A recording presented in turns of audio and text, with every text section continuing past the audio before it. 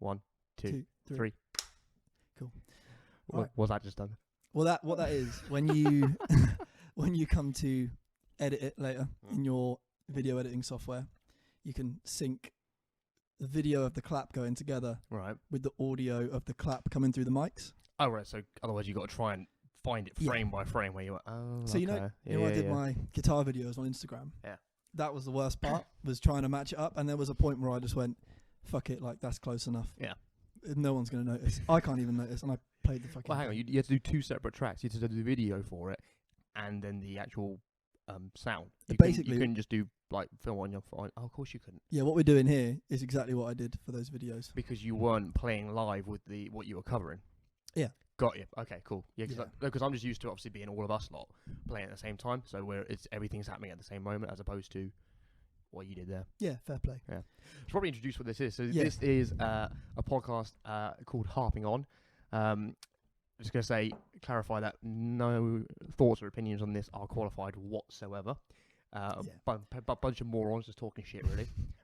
It's all opinion. That's it, yeah. Or potentially fact, if proven otherwise. Yeah. We're going to act as if what we say is true. That's right. Otherwise, we'd be questioning your entire existence. I mean, feel free to disagree with it, but if you do, we might not care. But that is what it is. So, thank you for joining me, mate. This is exciting. I think Thanks for having. I think I've been a student of observing multiple podcasts inadvertently for a couple of years now. Actually, well, consciously, Joe showed me like my first one 2 years ago. But actually, the whole genre, the first one I ever saw when I was listened to, I was about 8. And Dad, we used to go to judo every Saturday morning, and on the way there, Dad would play me the Ricky Gervais, Stephen Merchant, and Carl Pilkington podcast. Classic. But I didn't know that's what it was until like 4 years ago. Yeah. So I was like, this is just hilarious, just like laughing all the way there. But I think that's it's the medium's been going on for a while, so it's still just quite cool. Yeah, I feel like the Ricky Gervais one, like Carl Pilkington and all that, like that was probably good. Origins of what made like the good, funny, popular podcast, at least to me, because I'll admit that like other than like clips of podcasts on YouTube, like I don't listen to podcasts ever really, which is a bit ironic, but it's just because like I think they're really good if because some of these things are like 3 hours long, and some of them are like an hour, whatever. And it's really cool when someone goes in and extracts those little snippets that you watch, the little interesting bits. But then for me, it then makes me go, you know what, that's interesting. I'm going to go watch the whole thing now because... Yeah. Oh, yeah, so you got like, the best of whatever. Yeah, like, if that 15 minutes was great, then probably the entire like hour, 2 hours is really good as well. So, Yeah, it's true. That's my relationship with podcasting. I mean, I was hearing something about the stats for how many there are in the world. There's like 100,000 or something like podcasts. But it's quite good because they've gone on. There's loads of different things. Like it depends. So it's quite a broad spectrum how you define a podcast. Because an individual person just talking is still a podcast, just because it is just free. I think the definition is it's just a free flowing, uninterrupted, dialogue or monologue either way. But you get one there's some people do like history ones, some people do music ones, some people would like. You could almost argue that like a demo of a guitar is a podcast because for fair play. I guess it depends on the format. Yeah, that's true. It's almost a bit like social media without all the bullshit. You're just kind of talking about your thoughts and just a load of old crap, and people listen to it. Yeah. Well, there's a friend of ours. I'm not going to say his name, but I noticed recently that he's just kind of like taken away from all social media. Oh yeah, I know who you're talking about. Yeah, just because it wasn't good for the brain. I think it was a very intelligent move. That's a very mature thing to be able to actually, I to acknowledge I'm not strong enough to resist the temptation that it is there. Just be like delete it all and just go back to content BR by text me or call me. That's it. It's kind of nice, and you know what? I get it completely because there's certainly been part of me, especially through lockdown, that like. Do you ever like get to a point with certain websites or social media you feel like you've completed them? Like people say like, oh yeah, like Tinder, I've completed it, mate, or YouTube, I've completed it. That's how I feel right now. Like my favourite one for that was day 3 completing Netflix.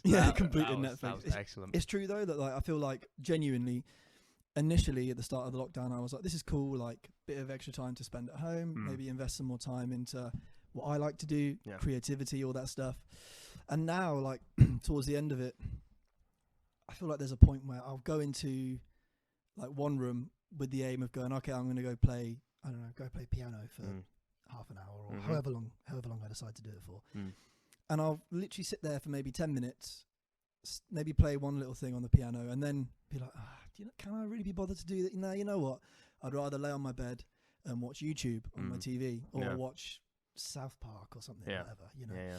And then I'll get there, and I already know, Excuse me, before I've put the episode on or whatever, that, you know what, I probably actually can't be bothered to watch this, but I'm going to do it. So I put it on, and then I immediately whip my phone out, Instagram, Twitter, Facebook, and again, even before I open those, I go, nothing interesting is going to be happening because I checked these 10 minutes ago, and probably not a lot interesting's happened in 10 minutes, maybe not even the last day. So it's like this endless cycle of just like disappointment, because there's nothing you want to watch, nothing you want to look at on your phone, which is normally where you go to distract yourself or to zone out a bit, I guess. So I can understand why someone would want to get away from that. I think that's another reason for me. A lot of the drive behind wanting to do this as well is because it does give it gives a meaning to something, because you have, I think, a lot of people, and something that person I was speaking about earlier, could feel very disconnected from the rest of the world, because their social interaction would have been, you know, going to work, hanging out with work, the commute on the train, like they'd bump into, oh, how you doing, mate? It was like a running joke, like he'd bump into another friend of ours, and it was always a joke between the two of them, like, oh, I haven't seen you so long, because they see each other every day just because they happen to go on the same platform. They get different trains, but they go to the same train station. And I think, like, with this, it gives, you know, because of the people that we'll speak to, I want to be able to have that conversation. And it's you know when you've had a conversation with someone, and then you spend a day with someone, and then you spend a day with them and other people, and then you're like, oh, referencing back to that other stuff as well. Yeah. You tend to find, if you're not part of that first day, you tend to be a bit left out. Whereas like with this as an option, you still get to be part of that conversation. Like, at least, I mean, you may not be in it, but at least you can hear it, and you go, yeah, I agree with what you're saying, or I want to add on to what you're saying from there. And it's just another way for us to stay connected, especially in this time, and actually using social media and everything that we have as a tool that it was meant to be, as opposed to the fucking addiction that we didn't know it was going to be. Yeah, it's true. I mean, like, I guess when you look at like what a lot of like what we now use as social media apps were originally designed to do is not what they're used for. Like something like Instagram, as far as I know, again, could be wrong because we're just two idiots. We're clearly very qualified. Very.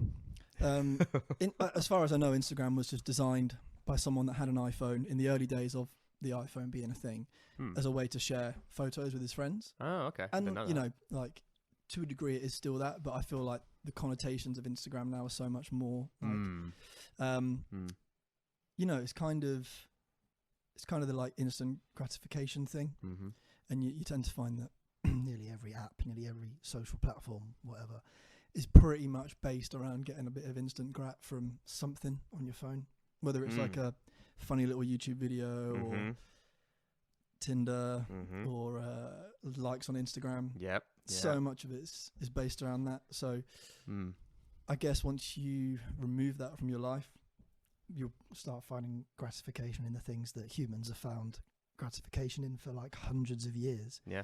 Because, you know, we're still in the early days of personal technology, really. Oh, against the human lifestyle, human's existence. Yeah. Yeah, exactly. It's like the first 6 months. Yeah, and do you know, like the other day I was having a conversation with my parents, and I like I was sort of flippant about it. I was like making a joke basically, but then, you know, when you make a joke and you go, you know what, that is a good point. Basically, I said to them, like, they said something like, oh, like, you know, you guys are always on, you know, your phones, or oh, like, what could you possibly be doing right now? The weather's beautiful, like, what are you doing? Yeah.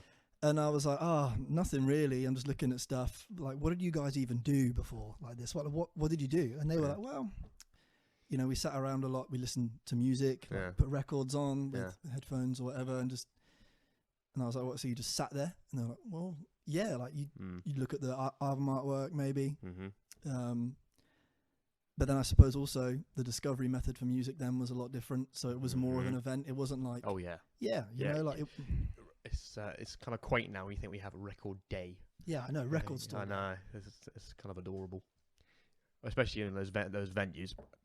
Again, I've only ever been to the ones with you when they are all year round a record store. Yeah. But especially the ones where they get them in just for that day, Yeah. and you're like, huh, okay. Yeah, Interesting. it's very true. And or like, you know, if an artist does like a vinyl release, it's kind of almost like a show of like, oh, they must be quite successful, or they're kind of going, well, we know people want to buy this. Like, you know, the so we'll vinyls, spend more money on it. Yeah, exactly. Like the vinyls that I own personally are either ones that have been handed down to me. Excuse me. They're the classics, potentially. Mm-hmm. You know, like I think everyone who has a vinyl record player owns a copy of Dark Side of the Moon. You have to by law. Or would you get your player license revoked? Yeah, you're not allowed to buy one. Yeah, exactly. They'll come and take that from you. And then just artists that I like. So like if there's an album that I'm like, oh man, that's so good. Like, it's almost like a show of my love for that album that I've already listened to. It's on my phone and my laptop, whatever. Is I'll go there and buy it on vinyl. Yeah. And I'll be honest, some of them I haven't even listened to. I just have them for the point of having them. I'll get there one day eventually when I can be bothered to actually drop a record on a turntable. But yeah, but I think that's the point of like a vinyl. Like I'll give you something that's very similar. I've ordered I've unfortunately discovered eBay. So, but I didn't like properly, because obviously I bought stuff from there before, sold a few things, whatever. Yeah. But I didn't like properly. I mean, there's like a certain amount of books. I could buy like 40 books for like 60 quid, and I was like, what? It's like £1.50 a book. Yeah, wow. Full fiction. I can buy an entire series for 60 quid. I'm like, what? It's pretty good. It's awesome. When normally they go for like 10 or a book. Yeah, fair. So I normally, it was like £400. It's 60. You're like, no brainer. Yeah. But I got some other ones, and some of them I didn't realise were. It's part of the sci-fi universe. Some of it's a lot bigger, so it's a big one. So there's a lot about to do with the art and everything. It says like the story narrative, and then has the art to it as well. And some of it I've seen, you know, you see glimpses of it online, but to actually see it in the flesh, in person, is stunning. Not like a vinyl. Yeah. Like the druid I am, I ordered one and didn't check the description, so I got it. I was like, "This is awesome." I opened it up, started reading it. I was like, "I can't read any of this. It's in German." Oh my god! but like you said, but it's going on to what you were saying. Like from what you said about how the vinyl you haven't played it, you just got it, because I'm not going to read this, but I can still look through all the art, because the art is priceless, and it's true. It's like seeing. It's like your Tame Impala vinyl you've got. If you see that album on like your phone cover, you're like, oh, that's cool. If you see it in person, you're like, whoa, there's so much detail here. There's all the colouring so vivid, and you can see the back of it as well. And be like, wow, I can see each grain of sand or whatever. And then look at the sun and the red of the room and all that stuff. So it's true. It's you do get something more out of it. It's that I think it's that tactile experience, because everything's so digital. And I think, you know, when you get people that say like, I don't know, like something like a video game or a book. You might say like, oh, like, yeah, I really want to read this. Oh yeah, like you can get it on like Amazon, like what do they call their digital books? Kindle. Oh, the Kindles. Yeah. Or like iBooks or whatever. But then you still get like a big amount of people that go, oh yeah, but I like the feel of a book. I feel that's actually one of the last few things that people still say. Yeah. I like the feel of a book. Well, there was that. I think some of the rise of Kindle, and I'm trying to think what other ones they have. Not. I think it must have just been Kindle for the main thing Kindle, for all the books, and there wasn't were it? like, I remember there being like third party sort of. Well, you've got different formats. So you've got Kindle. iBooks, and then you've got like I don't know, the Galaxy thing or whatever it was. I don't know anything. I can't remember what it's called. And Jake had it as well. Yeah. But like the big ones are those, but different formats for doing it on. There's like a fear of the books would go, but I think again, like with vinyl, it's a resurgence, because people have been. You want to go for it, because it's like the thing with history is you in the history of technology, it goes from like phones, go from like they're really big, because if you just want to make cool, from the one function of making cool really big, then the job is try and make it cool smaller and smaller and smaller and smaller to still do that one job. But now you're like, hang on, let's see what else we can make the phone do. And now the phone's getting bigger again, because then they're doing more stuff. Doesn't quite apply to the same thing with books, but I don't know, there's a circle there somewhere. I mean, like, it is that thing of like, it's the tactile experience. It's but then it's almost like with the whole phones getting bigger thing, I suppose it's like when they got to a point where it was like we all remember a point being like, wow, like the iPhone or like the Android touchscreen phone, you know, like, wow, this is really great, like this is the future.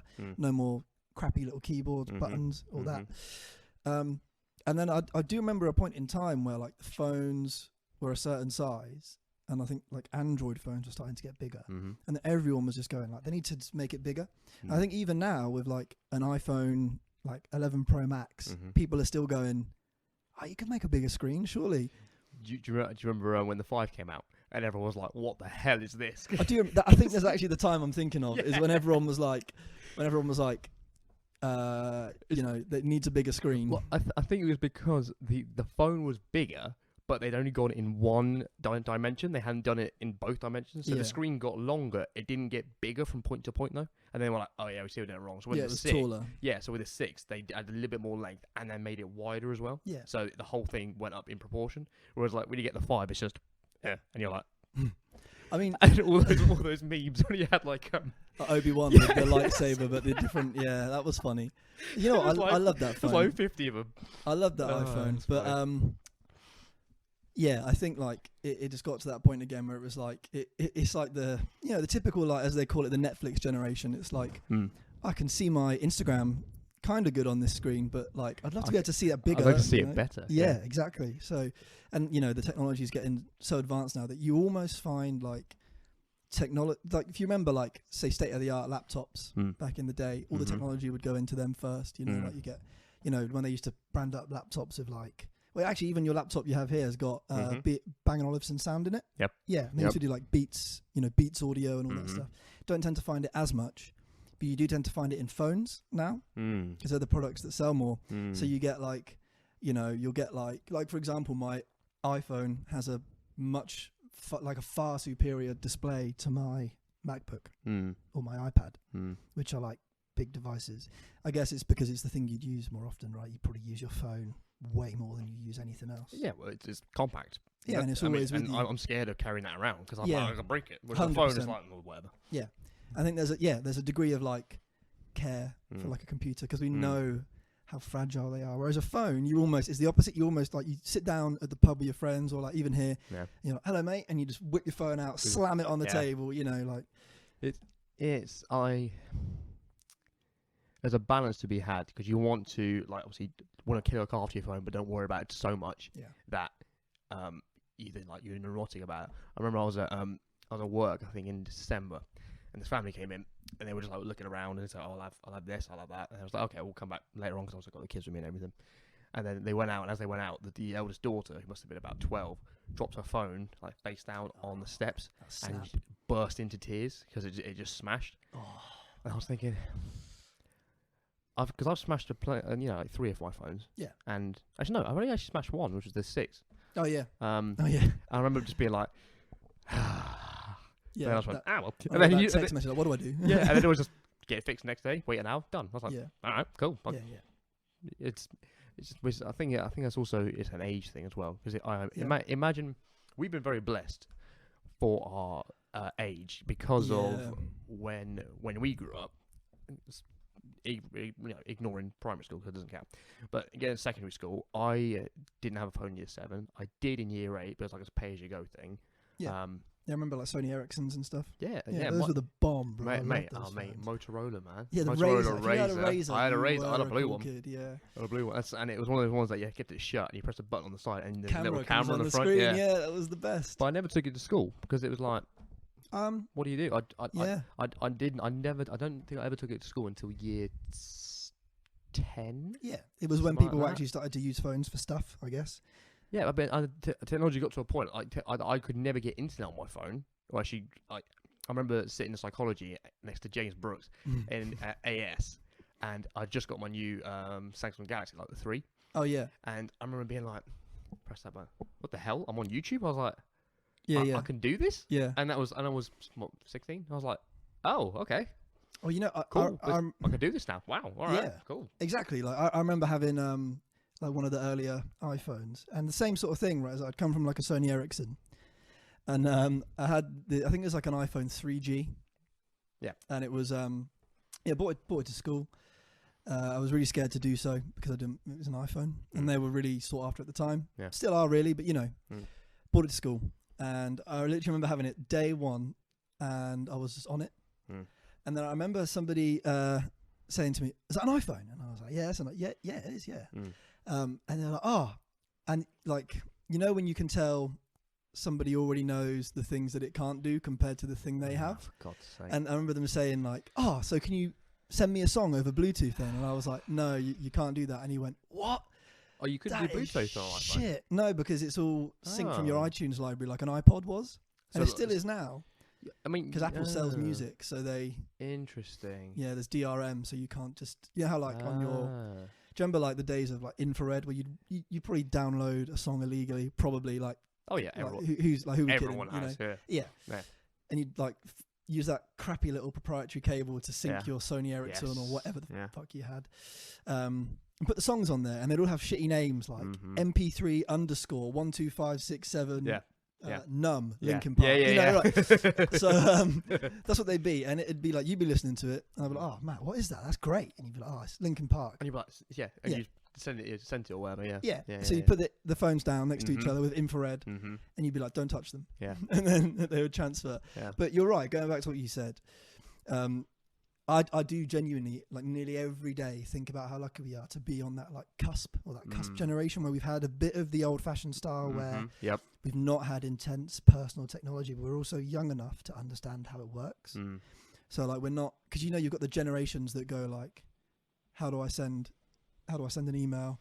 You go, you press the home button. What's the home button? Or it's even like the up volume button doesn't work on my iPhone. How can I change it? You're just like, well, you drag the screen down. You can manually do it. It's like I think there's almost like a difference in thought process that we logically go.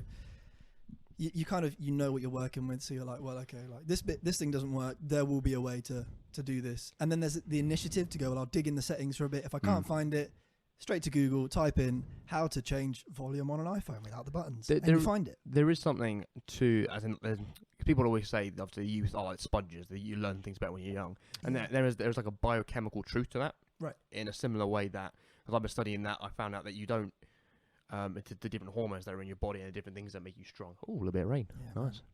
Welcome to Great Britain. Oh, mate, if we get a storm right now, it would be the third day in a row, but it will be into the storm. I'm pretty sure there was a yellow warning for thunderstorms this morning. Oh, there better be. That'd be perfect if we get a storm. That would be great. We will explain into the storm at another point. If it happens today. Has that moved, or have you moved?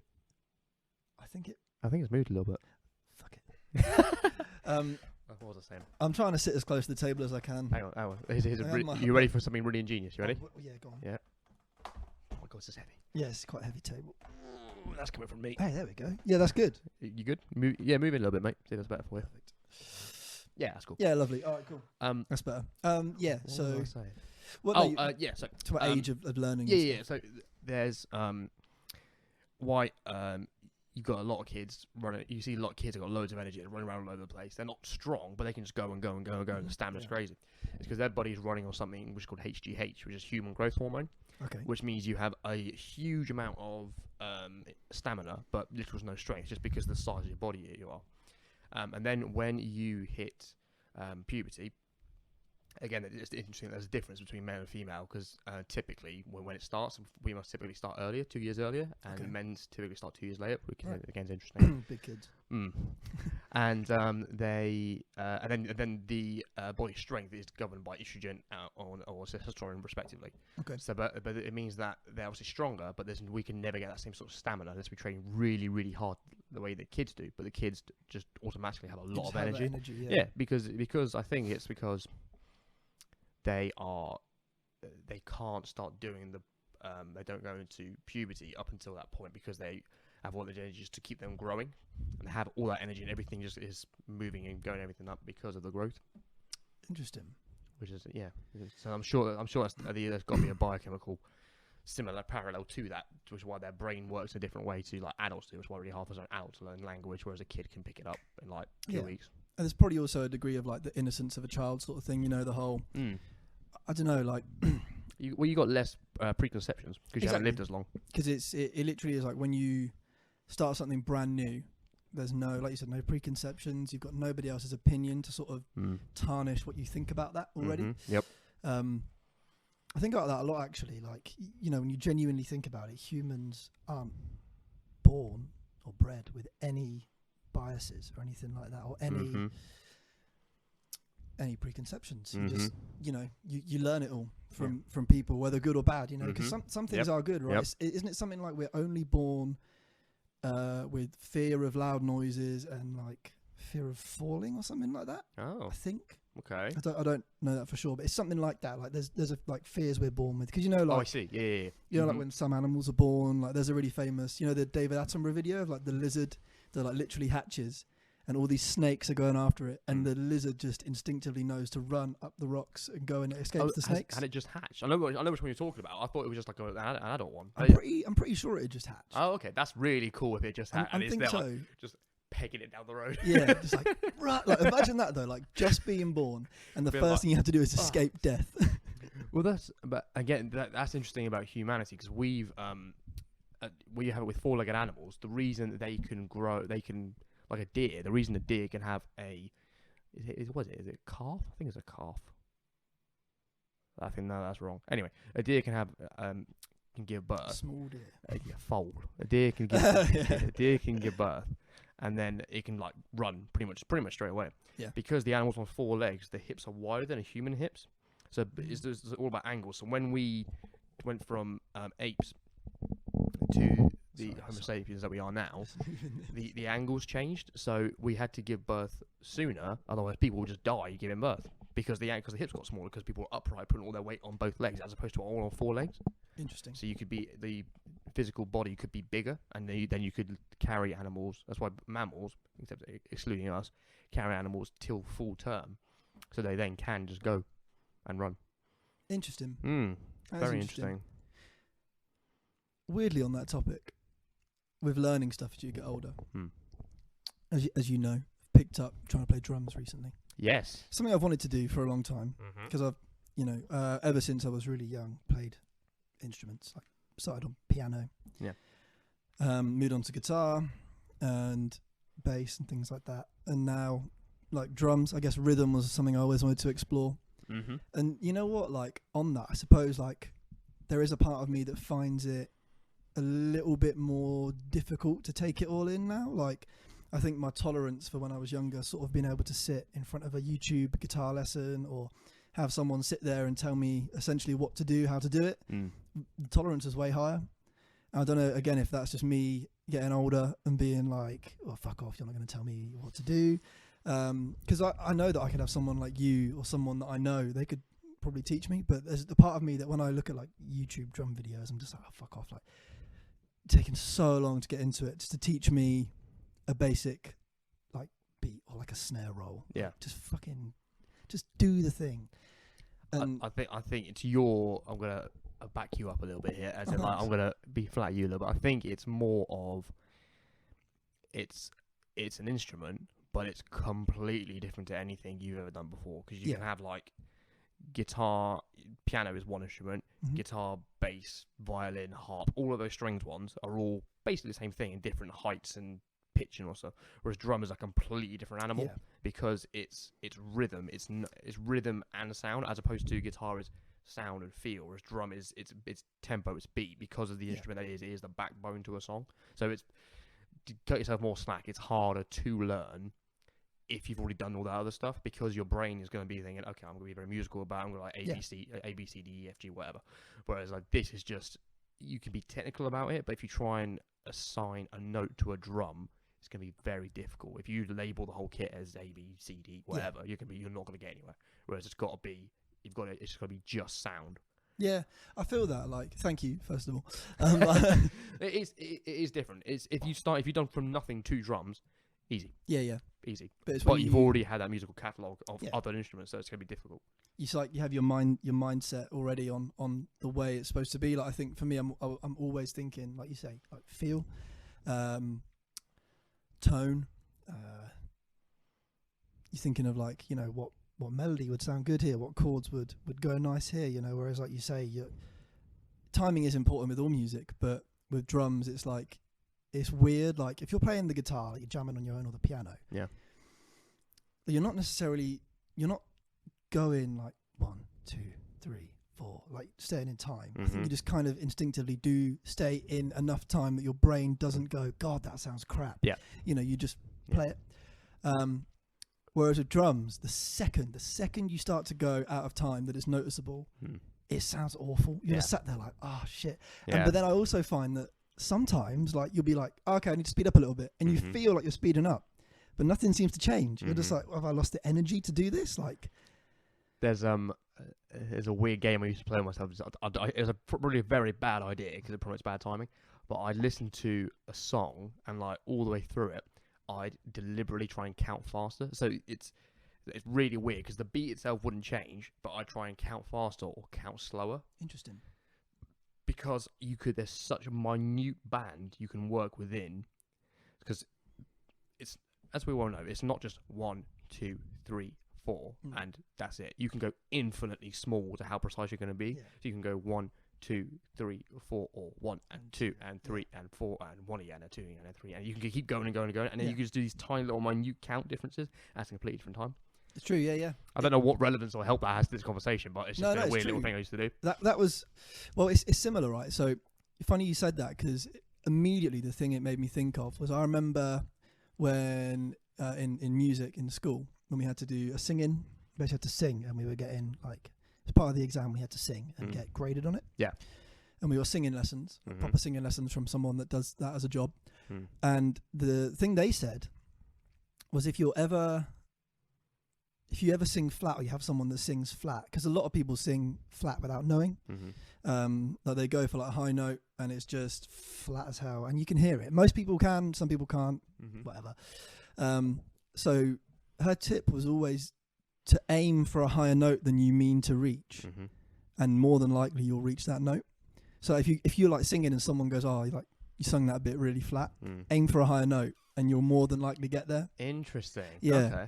It was very interesting, because there was, I think it probably came about because I probably sung like a bit that I had to belt quite flat.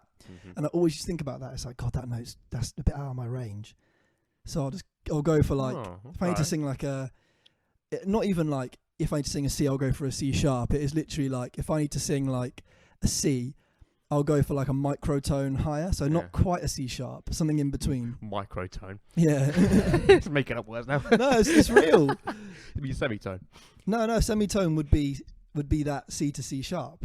Okay. But a microtone. What, between the two of them? Yeah, so there's, again, like you were saying with 1 and 2 and all that, there are microtones in between every single note. You don't find it in Western music. But again, that's a demonstration of my how my brain works, because my brain hears notes and immediately I see a piano in front of me. Yeah. And so to me, I only hear... Thinking of chromatic nature. Yeah, exactly, yeah. Whereas I don't think... it doesn't occur to me to think that there's a different arrangement to it. Or there's notes in between. I'm sure there are. That's why I get... No, not what you mean. That's why I get pitch benders. Yeah, true. Yeah, or and like then you can reach them.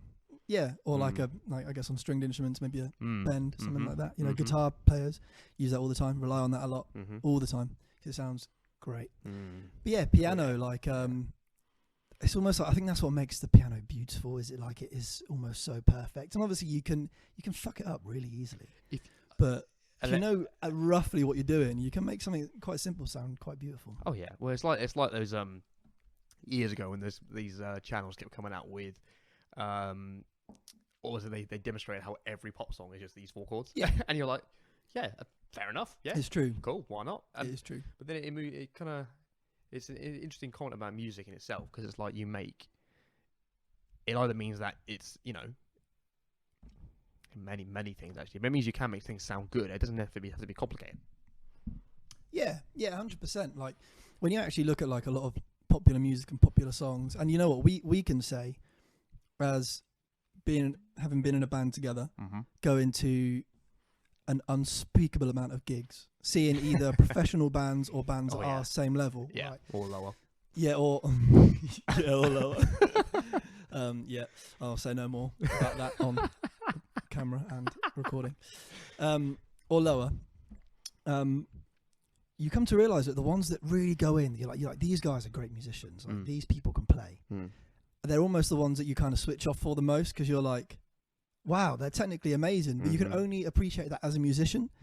And yet, like, it's really hard to remember as a musician, oh, you know what, like, you know, person 1 who's downloaded my song isn't going, wow, the tone on that 1964 Fender Strat through that twin reverb sounds great. They're thinking, oh, that song sounds good. You know, they're not even thinking about that. That guy using that old pair of Zildjian ZBTs would have sounded a little bit better with a ZHT or something. You know, like, what?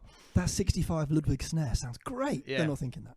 Yeah, they're thinking, I love the fact that on some of the songs he combines the Mapex standard 6-piece snare along with the Mapex Black Panther Blade Edition. Exactly. Like, I mean, I especially am not thinking that. Thanks, man. Appreciate it.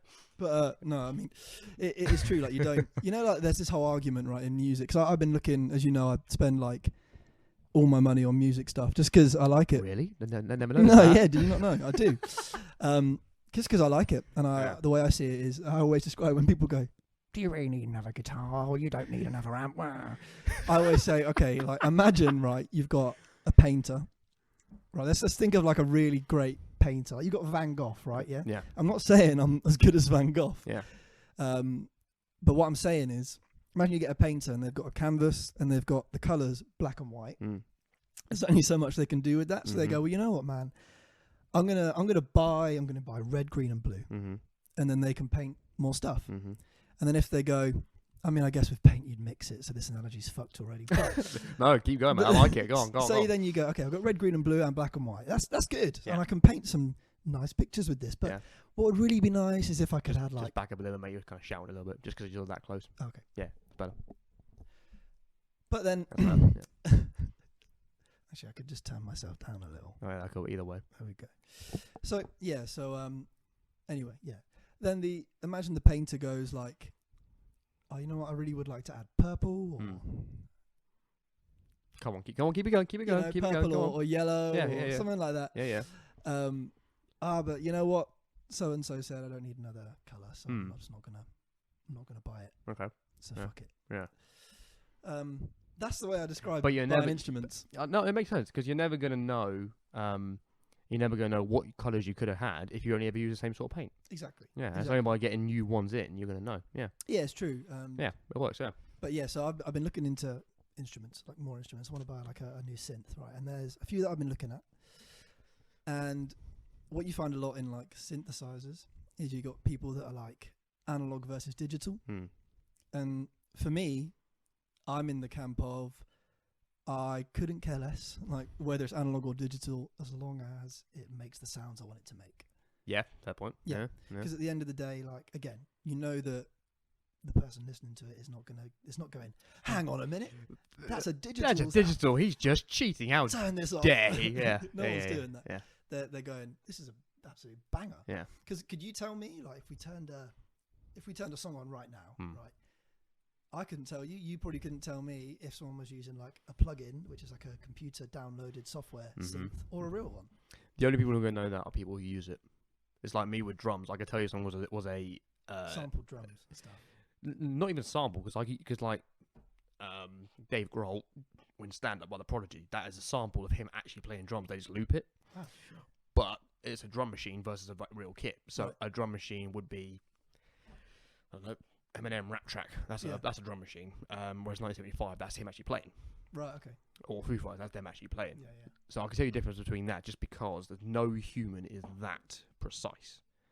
Yeah. Maybe Travis Barker, but no human is that metronome true. for drumming. But it's the only people who are going to say that's not analog, that's not digital, are the ones who use it, or the ones that know it. And also, which is a vast minority of people. Yeah, but then I almost find, like, when you look at like the YouTube comments, you like, and you know, you should never assume, you should never make judgment. But number one, you just shouldn't read them. Yeah, you shouldn't read. But I love the comments, man, because the comments almost make the video sometimes. If it's not about something to do with you, it's hilarious. Yeah, exactly. It's very amusing. So, but then, like, again, don't assume, blah blah blah blah, whatever. Yeah. But you almost like see these people like,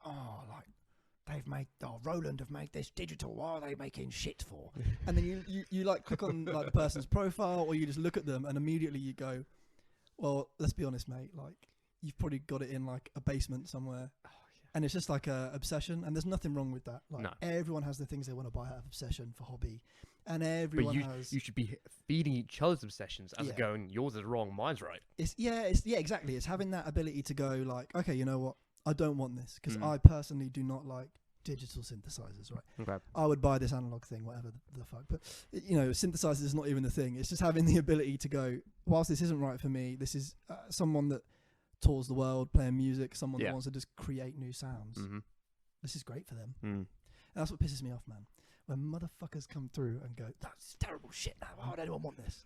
There's someone that's going to use it better than you, and that's why you don't and that's the beauty of it. It's why you have all these different companies. Like you'll have the EAD10, which is obviously fantastic, or we'll have the other versions that we found when we went shopping the other day. Yeah. And we said, we asked them, do they have it? They said no, but we do have this, and try it out, see if it's any better for you. See, it will be different. It won't be as precise, but you can get like the whole kit. As we'll just get a gated one, and you liked it better, right? Yeah, and got down here. And it's true. You bought it. Yeah. But it's and also it found out it did more for me than just the aforementioned item did. Yeah.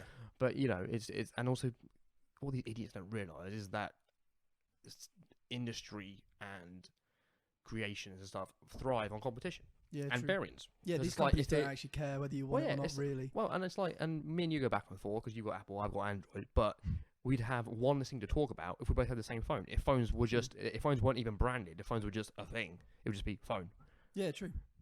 But it's good, and it's a healthy competition because we take the piss out of each other. But then we also acknowledge, okay, that's good for this, that's good for that. Yeah, I always ask you when you're going to get a good phone. And exactly, and I'm there like saying that you start lifting weights. I've got one. Yeah, no, that's fair enough. It's true though. You've got to find what works for you. Yeah. Like whilst I might want an EAD 10, you want that. That's cool. I mean, I definitely would want it at some point, but I don't have use for it right now. Whereas the other one I do. So exactly. Yeah. It's why you have a vocal mic and I've got a mic here for recording guitar amps. Mate, it's a mic.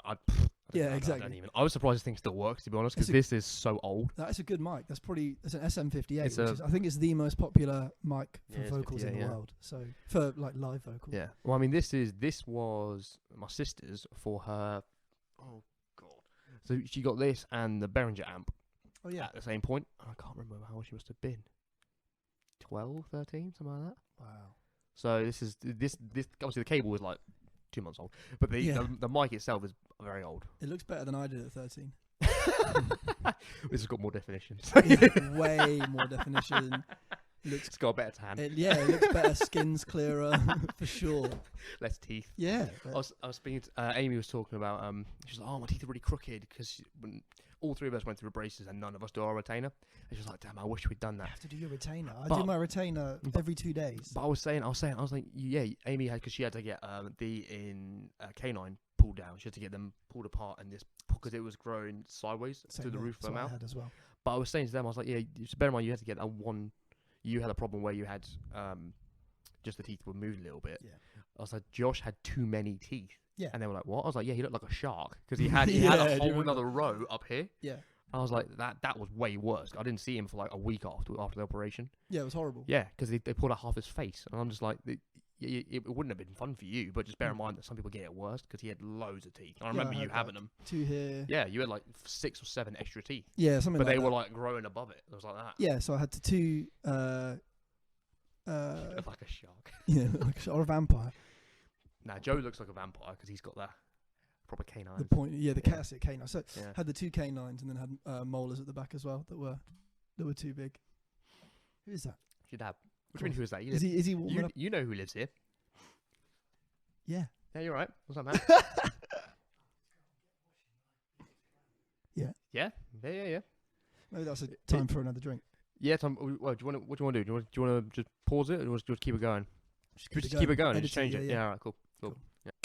Love it. That was really good. Very good. Right, I'm gonna. It's like we practiced that or something. I'm gonna move this way because this is So you're in it a bit more. Yeah, well, and also it's your fucking podcast. I know. I've got to move the mic a little bit. I don't have to move the mic. Yeah, I keep breathing, and now I remember why you said that mic stand's a nightmare, not a dream, because it just slowly falls down. Well, I don't know what happened.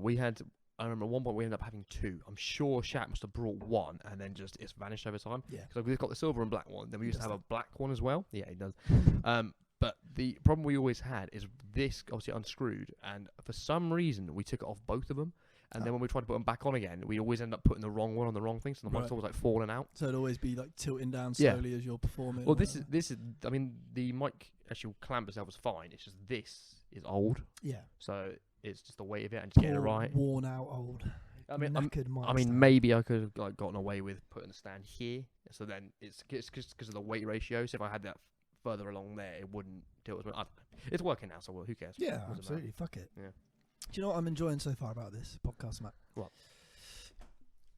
I feel like a lot of people do podcasts nowadays, and a lot of people keep them vanilla. Very no swearing, very safe for work, safe for family. All those things to me just equate to boring, like fucking boring. Yeah, why? So I don't know any that are. It might be because of the ones that I follow, but I don't know any that are like, say, for work. yeah, fair. Yeah, that's true. Follow one which is so far the other way. Even I'm like, Yeah, you're like, oh, wow. I'm like, I can't. I just got to put my head on me like, no, I can't do it. Yeah, Can't do fair it. play. There's a few podcasts that like not that I follow, but that I've seen, and my number one pet peeve on a podcast is when the host has got an interesting guest, right? Like, so here's the example. There was one I was watching the other day that had Papa John on. Oh, nice. Yeah, cool. I had Nice. over 40 pizzas in the last 30 days. It's not the same pizza. That whole thing had just kicked off. Why has he had more than one pizza a day for a You month? could see the grease dripping off of him. He had he had those 40 pizzas in the last like 30 minutes. The beauty about this as well is that you've told me this before, but I was still not expecting you to say Papa John Yeah, was Papa, the guest. Papa John was the guest, right? The Okay. Papa John. Okay, yeah, Not the great. pizza. Okay, Papa John, okay, right? yeah, cool. So he was on, there was that video. Yeah, because they'd fired him. Yeah, because he Yes, said some bad stuff. Yes, he had. Yeah. You cannot say. Yes. And he was the guest, right? And it was interesting because you're like, well, this is a current event. Yeah. He's got pizza experience. And yeah, like it's interesting. And the motherfucking host just kept interrupting him. So he'd ask him a question. I'd be like, oh, so Papa John would be like, so we have a pizza scale and how we rate every pizza before it goes out. Yeah. And the guy would be like, oh yeah, okay. So explain me the pizza scale. And he'd be like, okay, so and they'd be like, but so what is that bit? And you're like, can you shut the fuck up and let him just answer your question? Yeah, that is bad. That is So bad. annoying. I mean, do you know what? Well, that's just bad people skills. It's not even a podcast. It's just people in real life. You're there like, if you go to talk over me, we're not talking. Yeah, exactly. Like I definitely have a bit of a habit of maybe interrupting a little bit, but not interrupting in terms of like just being like, shut the fuck up, I'm speaking now. It's more like You're either excitable or it's me and you where it doesn't matter. exactly. Like Yeah. it's like it's almost like my brain's working so quick Mm-hmm. to respond to what you're saying Mm-hmm. that it's like if I don't say it, I'll forget it, or it just Mhm. kind of comes out and I'm like, oh shit, wait, hang on, I need to Yeah. hold back for a sec. Well, I found it like earlier on we were talking about something, and I had 3 different tangents I could have gone off on that. Yeah, and all yeah. would have been as interesting as each other, but I had to choose one. Mm. And then the conversation obviously flows around that again. But because I had the same thing, I realised when I used to interrupt people, it's because I wanted to explore all 3 of those options. Yeah. Whereas now I'm like, okay, I just have to pick one and then see where it goes. And 9 times out of 10, you can't speak about the other 2 because the conversation just evolves. And you forget them as well. Because you then engage about other things. But sometimes you can go back to it. Yeah. I mean, like, if it's worth saying, you just say like, okay, I've got 2 things to say about that, and then you say 1 and then 2. True. Yeah. Yeah, I mean, it's almost like having an idea. Like we can both say as musicians, like there's nothing worse than when you wake up thinking, oh fuck, that's a great, my god, that is a brilliant song. And then you go, I'll record it in like 20. I'll get in the shower, I'll record it afterwards, and then you go to do it, and you're like, ah shit, it's gone. What was that again? It's gone. Yeah. Yeah. You almost need to try the Einstein thing where you fall asleep in a chair.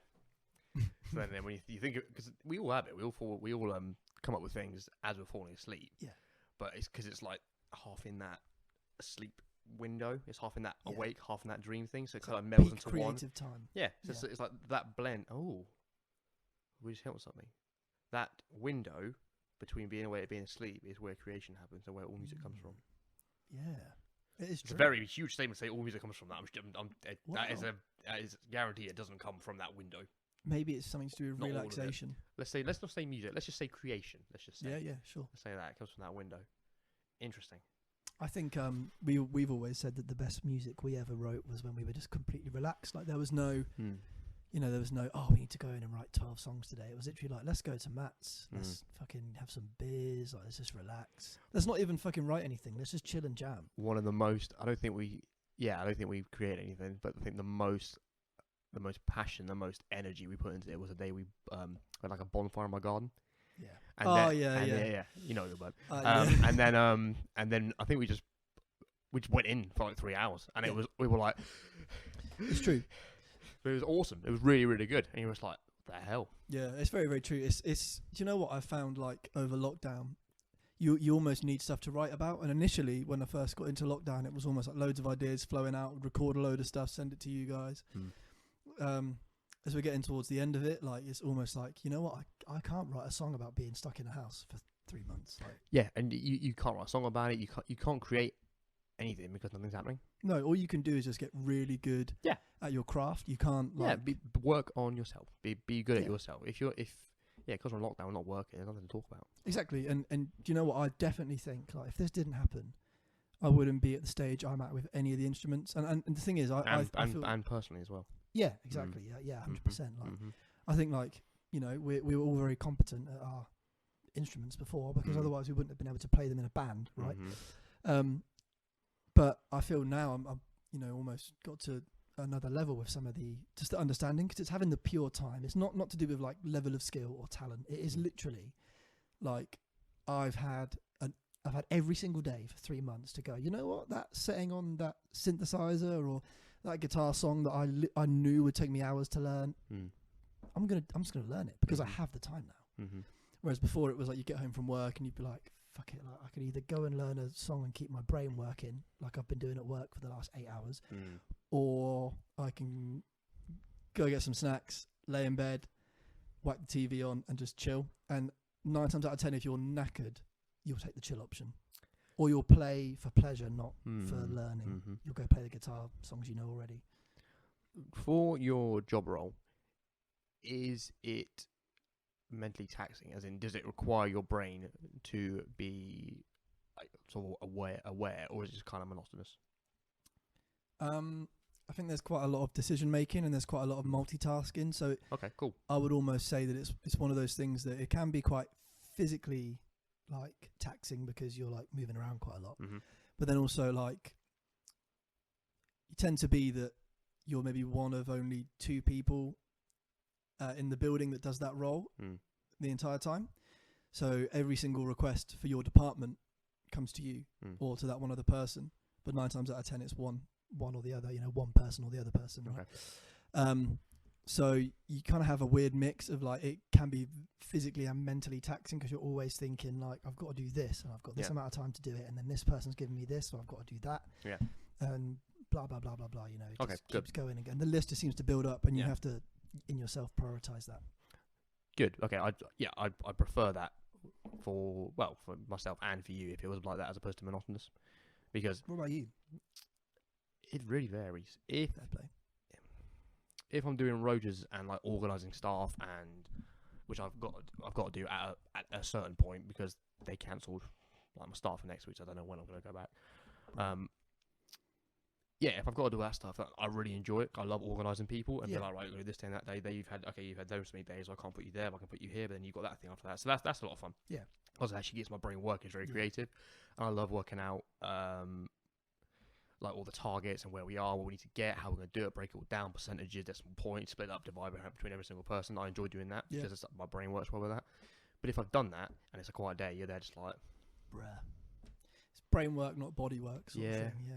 Well, that's when I think like before the lockdown happened, we all stood around. I was teaching them like judo flips because I was like, because they were discussing it. I'm like, how do you pick someone up? I was like, no, you don't pick them up. You just get below their center of gravity, and then it's not strength. That's how you're picking them up. And I was just showing them, and they were like, oh, okay, that's quite cool actually. Yeah. Because it's just something to do, isn't it?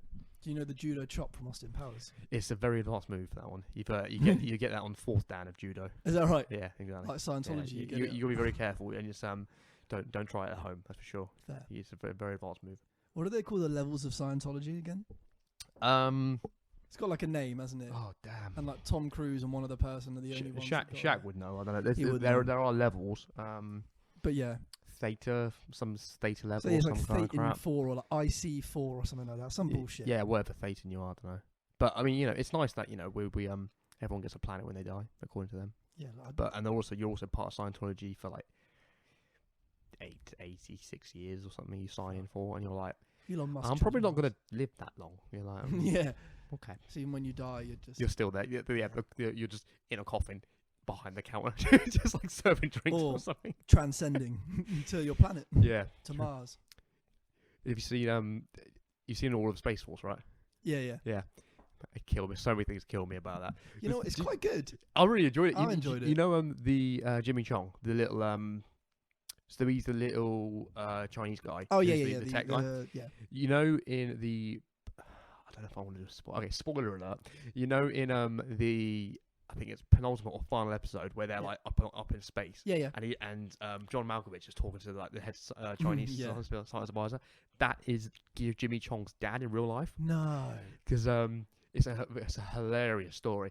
So it's Jimmy Chong's dad, and that wasn't even practice. That was just them doing the scene, and he's just him just talking to John Malkovich, and you know how he just disses him, and he's just talking to Malkovich. He's there just like chill, and you're there like, this is John Malkovich. If you were him, you're like, this is John Malkovich I'm talking to. Yeah. You're like, what the hell? But he's there just like, thank you. He just thanks them. So what happened was, so the Jimmy Chong's dad. I hope it's Jimmy Chong. I think it's someone else.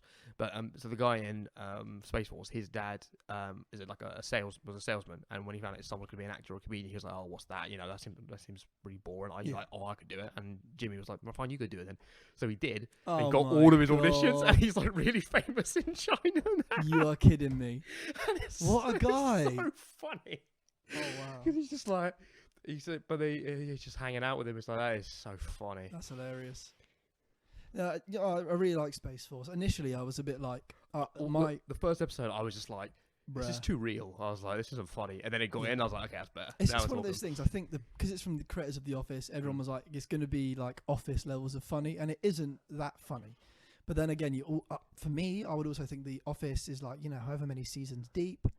It had time to develop, and really, if you think back to like season 1 of the US Office, it's not that funny because it's just the UK Office with different actors and different names. And it doesn't really. When you then watch the other seasons and then you look back to those episodes, you're like, that wasn't that funny compared to what's going on now. They're almost like different characters. I think we've been very lucky in the fact that we've the one series that we have seen in our lifetime start. Yeah.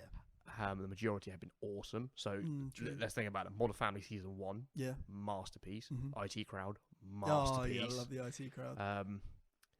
Yeah, it's just stuff like that. I mean, even just those two off the top of my head, it was there like, go on, everyone else's first season's got to be amazing. Yeah. But you're there just like, well, no, because most pilots are weird. Like, you didn't Photoshop the pilot, you're like, bruh. But then the rest of that season is flawless. You're like, this is brilliant. Yeah, Photoshop's good too. Yeah. Yeah, it's very, very true. Like, you can't judge a TV season off of like you episode 1 or like season 1, really. Yeah, season 1 maybe. Episode 1, you definitely have got to just be like, okay, I'm just putting the time in to learn who people are, and then you judge it from 2 onwards. Yeah, okay. I think because like Marlon was like that, Big Bang Theory was like that. Obviously, Big Bang's very divisive because some people hate it, some people love it. I think what's it called? Big Bang shit. Yeah. Yeah. So it's funny. Yeah, it's divisive. Yeah. But I'm like that with How I Met Your Mother. I've yet to find any scene. It's really weird. It seems to have like laughter at points where there's nothing happening, or when bits are genuinely funny and I'm laughing, it's dead silent, and I'm like, the only bit in 2.5 Men that I ever found funny, and it's purely like, you'll get it when I say it, right? There's a scene where Ashton Kutcher's proposing to his girlfriend, and Michael Bolton is on the table behind them. Nice. And he gets up and sings "When a Man Loves a Woman." I think it's that one. Yeah. Or Soul Provider. One of the. Yeah, beautiful. Yeah, and I was like, oh my god! But I have it's your boy. Yeah, but I have like a weird obsession with Michael Bolton, so that's why I found it funny. Mate, I was listening to I was kind of lethargic. I was like, just going through my stuff. I was like, okay, we'll do this work or whatever. And then I was like, you know what? I'm gonna put on Jack Sparrow. So I put it on, and I was like, I am so full of energy right now. I'm just like, this song is so it's I love them because they take the piss, but it's genuinely good music. Yeah, it's true. Really good music, and you're like, God, this isn't fair. You're not being serious, and it's masterful. You're like, you bastard. Yeah, it's so good. The bit in Jack Sparrow, right, that I was thinking of the other day, that I was like, this is so true. When they're doing the rap in between. Yeah. And then Michael Bolton pops up and goes, now it's back to the goodbye. So true. Because that is the good part. This is the tale. It's a banger.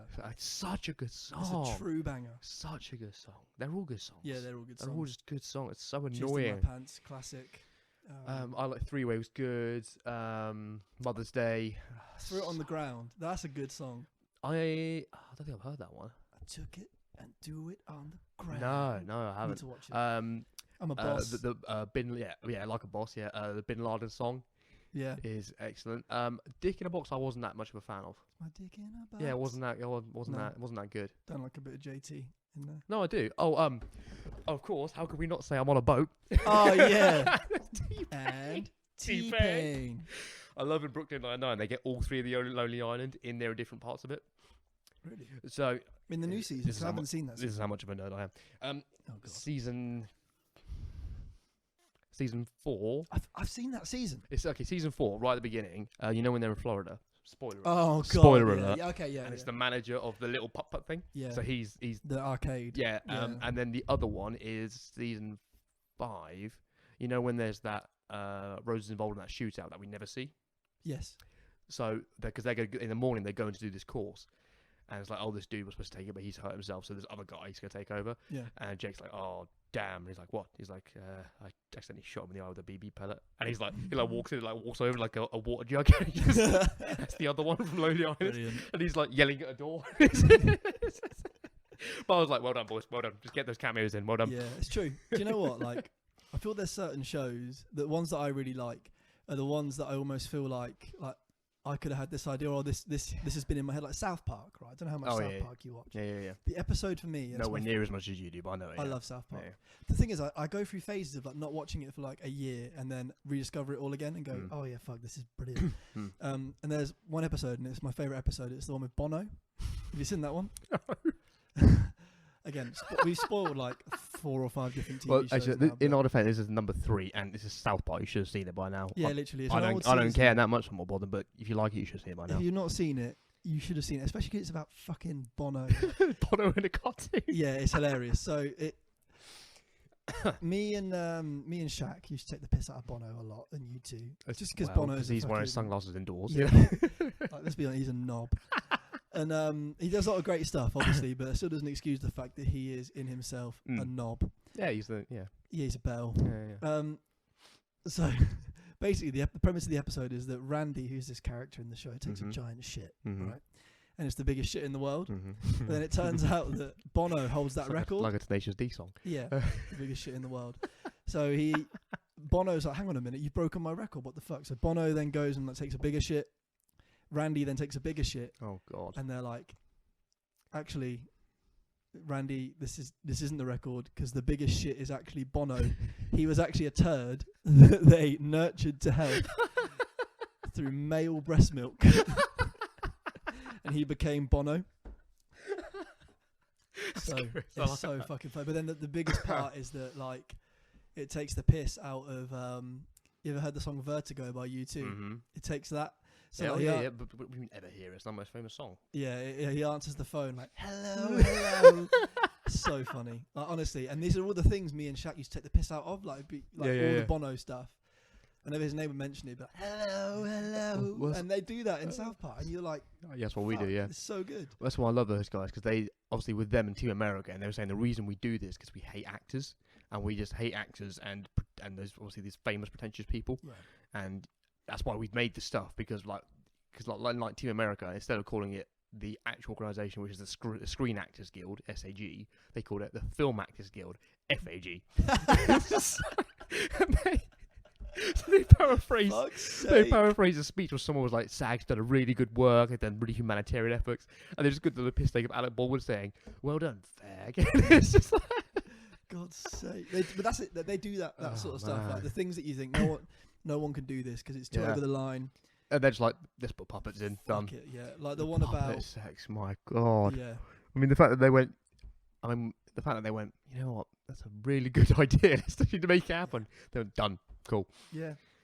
Or like there's a recent episode of South Park where they rip on like the Catholic Church. Nice. And they have like easy target. Come on. Yeah, true. And it is about what you're thinking it's about. Yeah. And basically they send in like a team to clean up. Because basically the priest runs off with one of the boys, and it's not anything to do. He's not like a paedophile or anything like that. Yeah, he's just running away. Yeah, they're just friends. They become friends, so it's innocent. But they send all these dudes in to clean up cum, basically. Oh God. Yeah. And they have this thing called the cumbony, and it cleans up it's like forensically destroys any evidence. It's so funny because I remember me and Shaq the week the episode came out. We watched the episode like the day after it aired. Yeah, and we were just sat there like jaws to the floor, like how did they get do away this? with this shit? Like it's just so funny. Have you seen Paradise PD yet? No, mate. It's like that, but on crack. Wow. and I'm like, but I don't know anyone I don't recognise any of the names of anyone who's in it. But it's really well done. I quite But enjoy that though sometimes. I watched the whole thing from like start to finish, all 4 seasons. Like, this is mental. Fair. But there's like opening episode. There's like a dog orgy. And you're like, why? It's a cartoon, by the way. It's like South Park. But you're just like, I didn't know. what? That You're like, then. yeah. No, you do need to caveat that because you're there like, what is going on? Yeah, it's any of that over the line humor really. It's very funny because like, I think again, that's like I was saying earlier. That was episode 1. You're there like, what? But then they like redevelop the characters, and it's just all of these like just side jokes. It's just all the way through. They're just really, really quick, and it's just like, this is so funny because they actually do a piss take of Brooklyn Nine-Nine, but they've like cartoon the whole thing, and it's just verbatim. You know when Terry gets a spider on his face? Yeah, if they do that, but in cartoon with them pretending to be the characters. Fucking hell! I have to watch this. So funny. Jesus Christ! Oh, it's mental. Oh, I mean, I think anything over the line for me is funny because I just enjoy having. There is definitely going too far, but I think for unfortunately, you need to actually figure out where you actually need to go there to figure out it's too far for it to be funny. There are some things like Sausage Party. You're like, okay, that's not funny.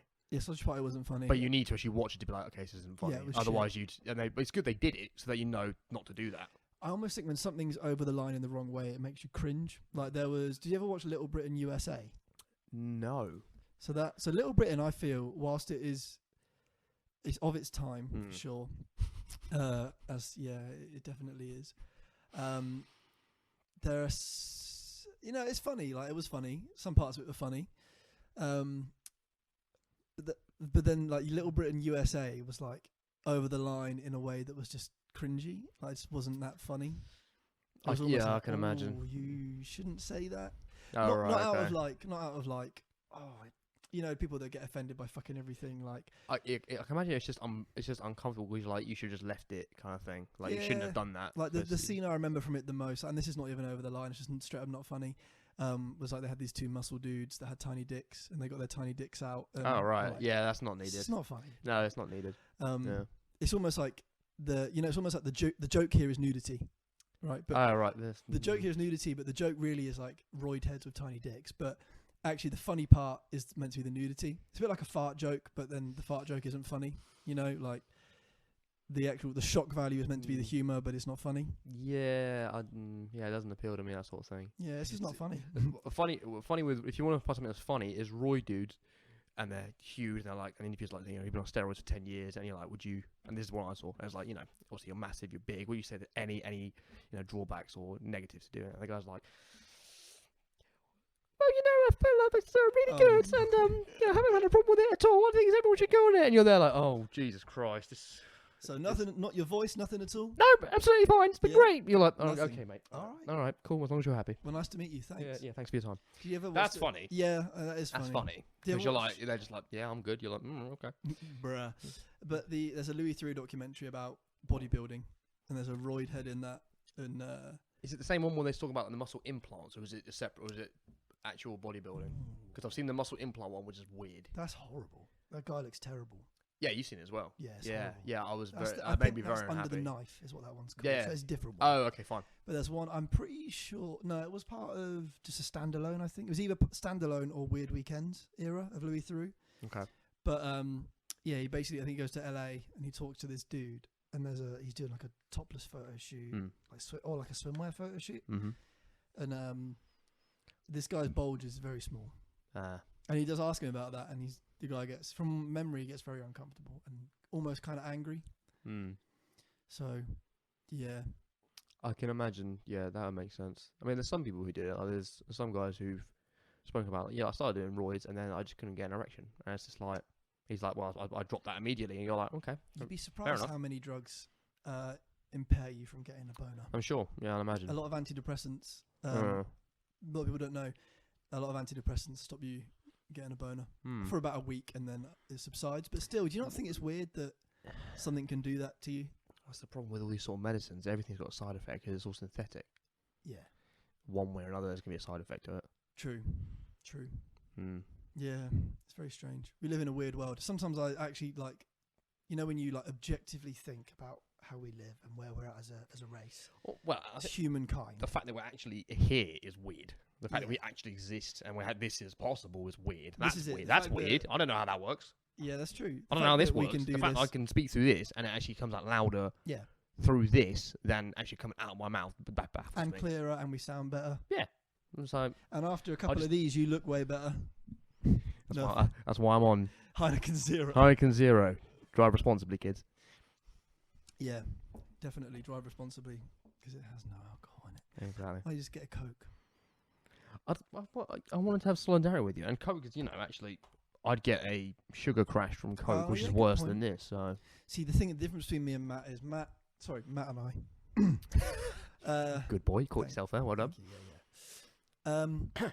Matt is super healthy to the point where Not super. he Kind is. of. I mean, Getting there. compared to Getting there. 95% of people, he is. So he's a sort of guy that if I eat like a chocolate bar, whatever the fuck, I'm like, that was good. Matt eats it and he's got the shits for 3 days. That's not even an exaggeration. I'm being real here. Matt drinks one beer, headache, passed out, fucked. Do you remember when we were at the house in Liverpool? It was like day one, and I went out and got I was like, I'm gonna live within my means, so I got like 6 tins of like baked beans. And you're like, I'm gonna slum it. Oh fuck yeah, I do remember this. Your asshole's toxic, bro. And we had that one leaky toilet. Yeah. We were like, is that cistern water or is that toilet water? Because we were like, if it's cistern, fine. But if it ain't, that's a problem. This is Matt's arse water. We're out of here. Which would have been a real shame because that house was dope. That was a really nice house. Yeah, it was good. That was a beautiful house. That was good. We should probably tell more band stories on this podcast next time. Yeah, we do next time. It's fine. It's fine. Episode 2, 3, Yeah, yeah. 4, 5, whatever. 4 into infinity. Oh, low Mate, battery. Your Mac will sleep soon unless plugged into a power outlet. Shall I get the adapter? Get the power out. Yeah. Should we do a pause? Yeah, we'll do. What are we on now? That's on 30 minutes. So that's about an hour, actually. Yeah. Should we just wrap it up at that? Yeah. Yeah, it's cool. That. All right. Cool. Sweet. Well, thank you, listening, everyone. Thank you, man. I'll see Yeah, you no, around. thanks for having me, Matt. Yeah, you're welcome. This is your house. Yeah, well, yeah. Thanks for being here. Thanks Cool. for Right. drinking with me. Cheers. Cheers. Catch you later. Much love. Goodbye.